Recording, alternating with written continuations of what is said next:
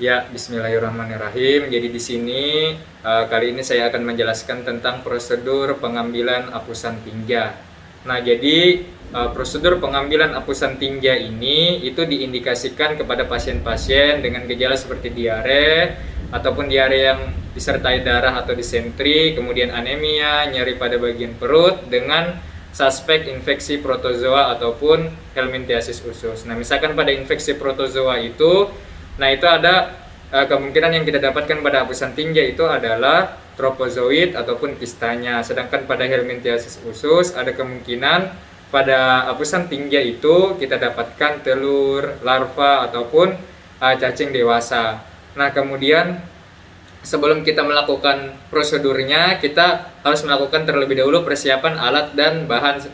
Nah, di sini persiapan alat dan bahan itu kita bagi. Jadi ada persiapan secara umum. Nah, persiapan umum secara umum itu ada meja kerja, ada sabun cuci tangan, kemudian ada wastafel dengan air yang mengalir. Kemudian ada juga sarung tangan dan tempat sampah medis maupun tempat sampah non medis.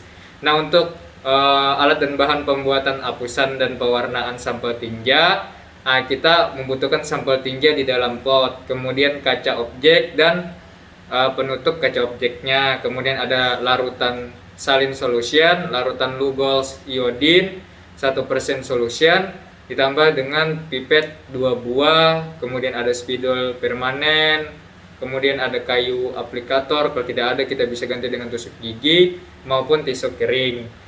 Nah, kemudian selanjutnya untuk pengawetan tinja apa yang kita butuhkan, alat dan bahannya itu yang pertama itu ada selotip, yang kedua itu ada kayu aplikator lagi, yang ketiga itu ada pot yang berisi tinja, kemudian yang keempat itu ada label, kemudian pulpen atau spidol permanen yang kita gunakan untuk menulis pada label.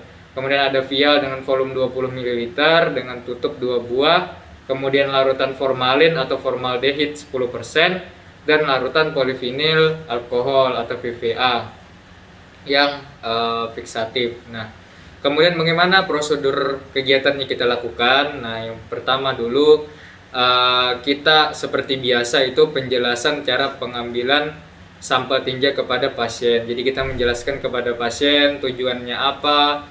Nah, tujuan pemeriksaan ini untuk apa? Kemudian memberikan jaminan berupa kerahasiaan data yang diperoleh kepada pasien dan meminta persetujuan daripada pasien.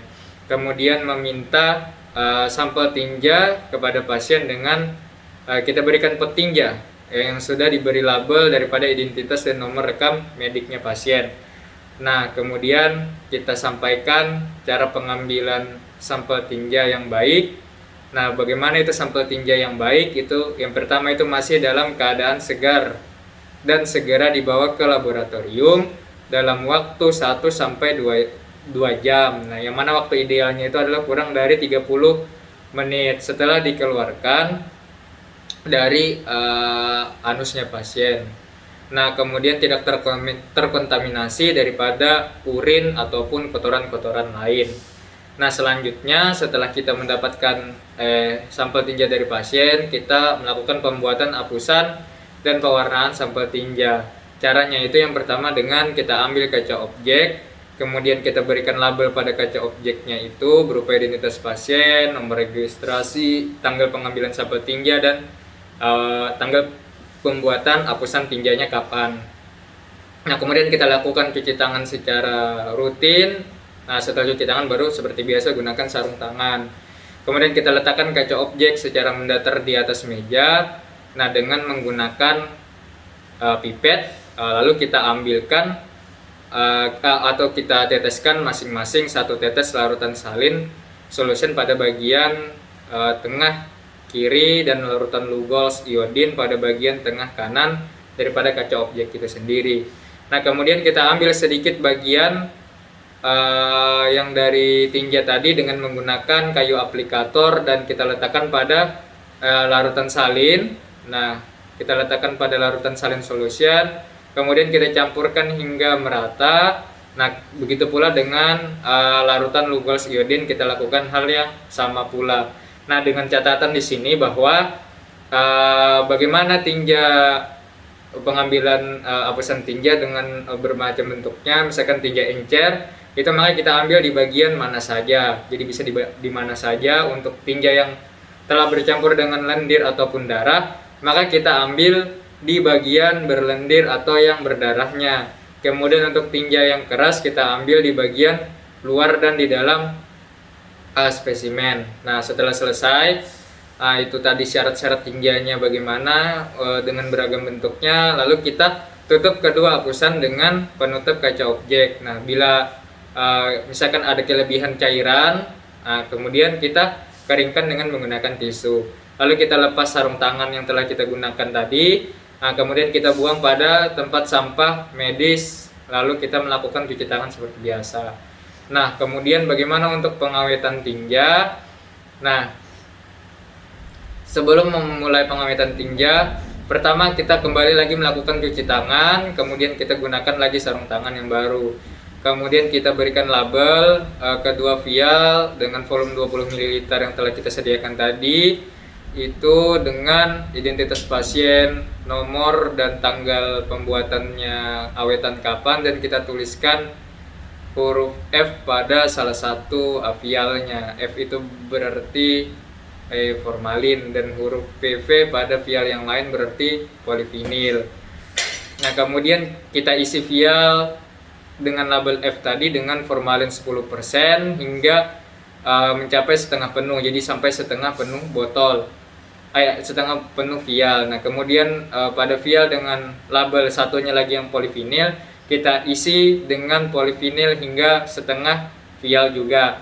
Nah, kemudian dengan menggunakan kayu aplikator, kita masukkan sampel tinja dan kita campurkan dengan formalin. Kita campurkan dengan baik hingga tidak ada lagi gumpalan. Nah, kemudian sampel tinja yang diambil itu jangan terlalu banyak, cukup kira-kira hingga 2/3 sampai 3/4 daripada volume vial itu sendiri. Nah, kemudian lakukan hal yang sama pada vial yang berisi polivinil.